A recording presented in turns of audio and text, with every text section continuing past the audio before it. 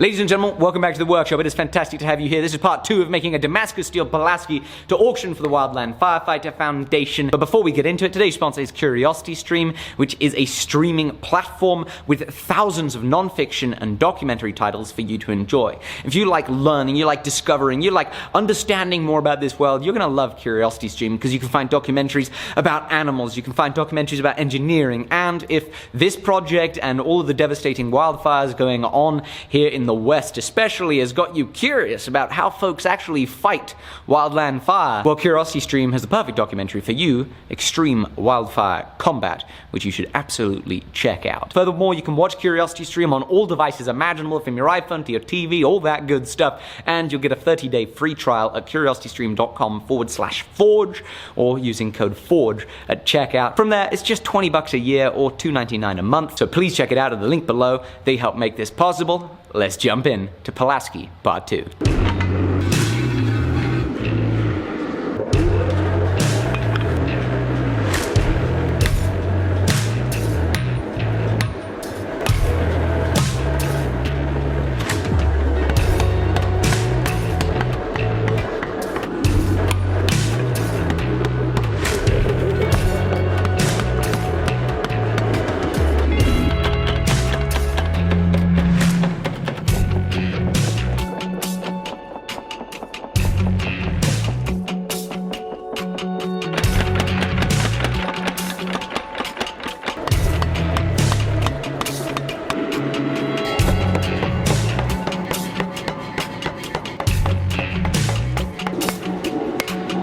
Okie dokie, we are now on the adze end of our PULASKI. This is that shoveling end, and we used the fullering die on the Etching power hammer, but just the top to start working it down. It wants to be flat across the back, so just the top fuller helps establish that preform. I'm just bringing in the sides with the hand hammer, see if we can make it look a little prettier, and then we'll go back to the power hammers to keep fanning and drawing that out.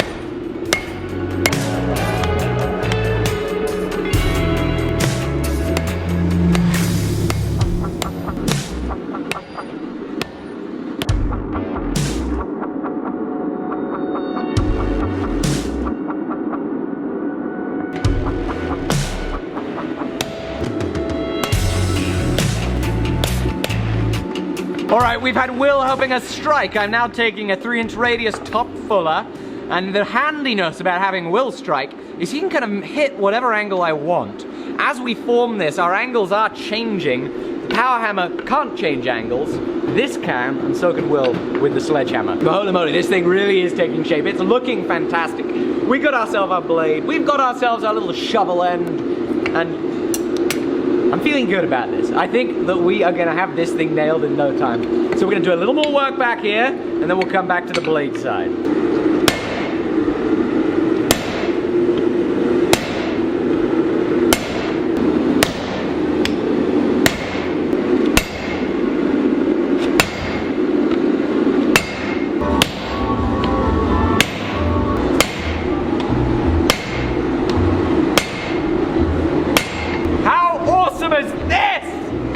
Awesome. Wow!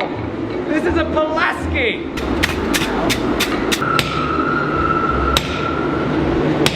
I'm really happy with how this is turning out.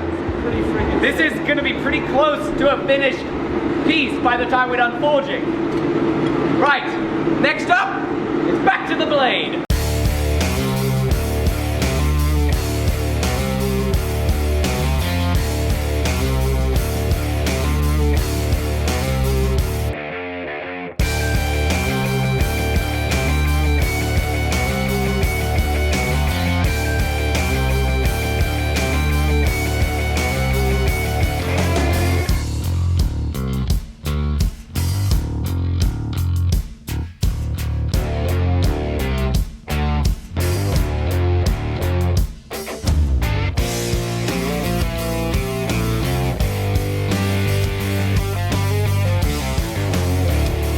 Right, let's stretch out our adze end some more.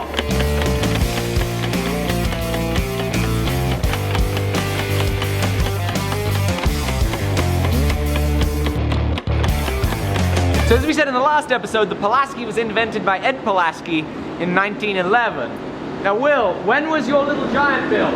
This one was built in like the 19 teens. So this particular little giant was built a few years after 1911, but there is a very good chance, and a very good chance indeed, that the first Pulaski, and in fact all early Pulaskis, could have been forged on a little giant machine just like this, made in the same factory Will's little giant was made in. And that's a cool idea, because they were one of the most ubiquitous small power hammers in the whole US in the early 1900s. So it's a very cool thought indeed to be able to use the same type of machine to make the same type of tool 100 and something years later.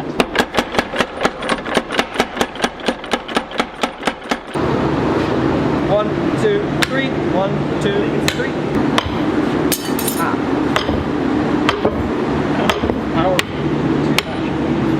So we are almost at the forging's finish line.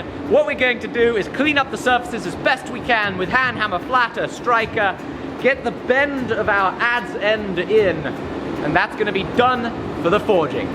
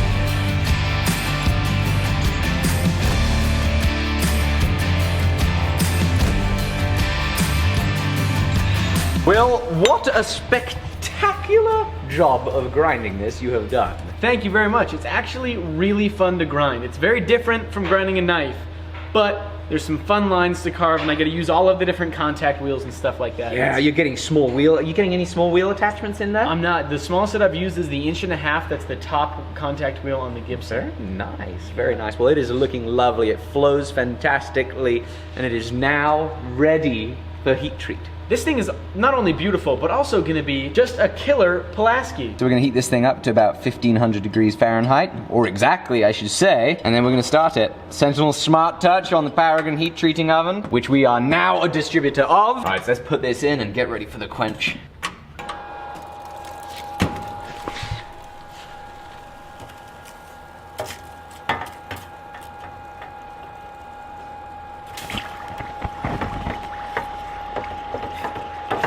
It almost didn't fit.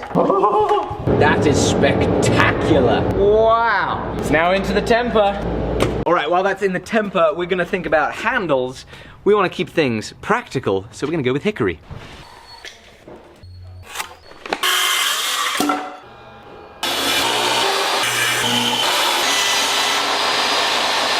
This is a lovely bit of hickory, and can I just tell you how much I regret not buying woodworking equipment sooner? Having a table saw, life-changing. How much easier processing material is. I did just notice one little thing though. We have a little bit of shake, a little bit of splitting at the end. Fingers crossed, I accounted for this with enough extra material. That's good. From what I can see online, Pulaski handles are about 36 inches long, 3 foot, so we're gonna be just fine. What we're gonna do now is sketch on that profile before we rough it in.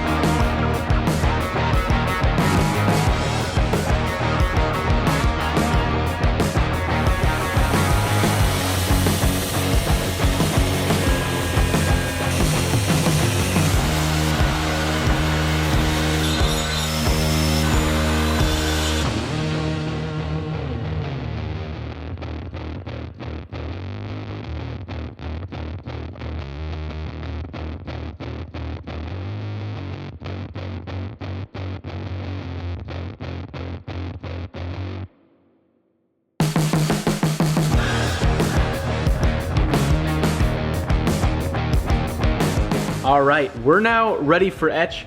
I got this thing kicked off from the heat treat at 120 grit with the Cubitron belt, and then I used the Trizax belts for A100, A65, and A45, which A45 is a 400 grit finish. And then we hopped onto a 3M Scotch-Brite belt for the final finishing, which means that I don't have to hand sand it, hopefully. And we're gonna go ahead and try etching it and see how it works out.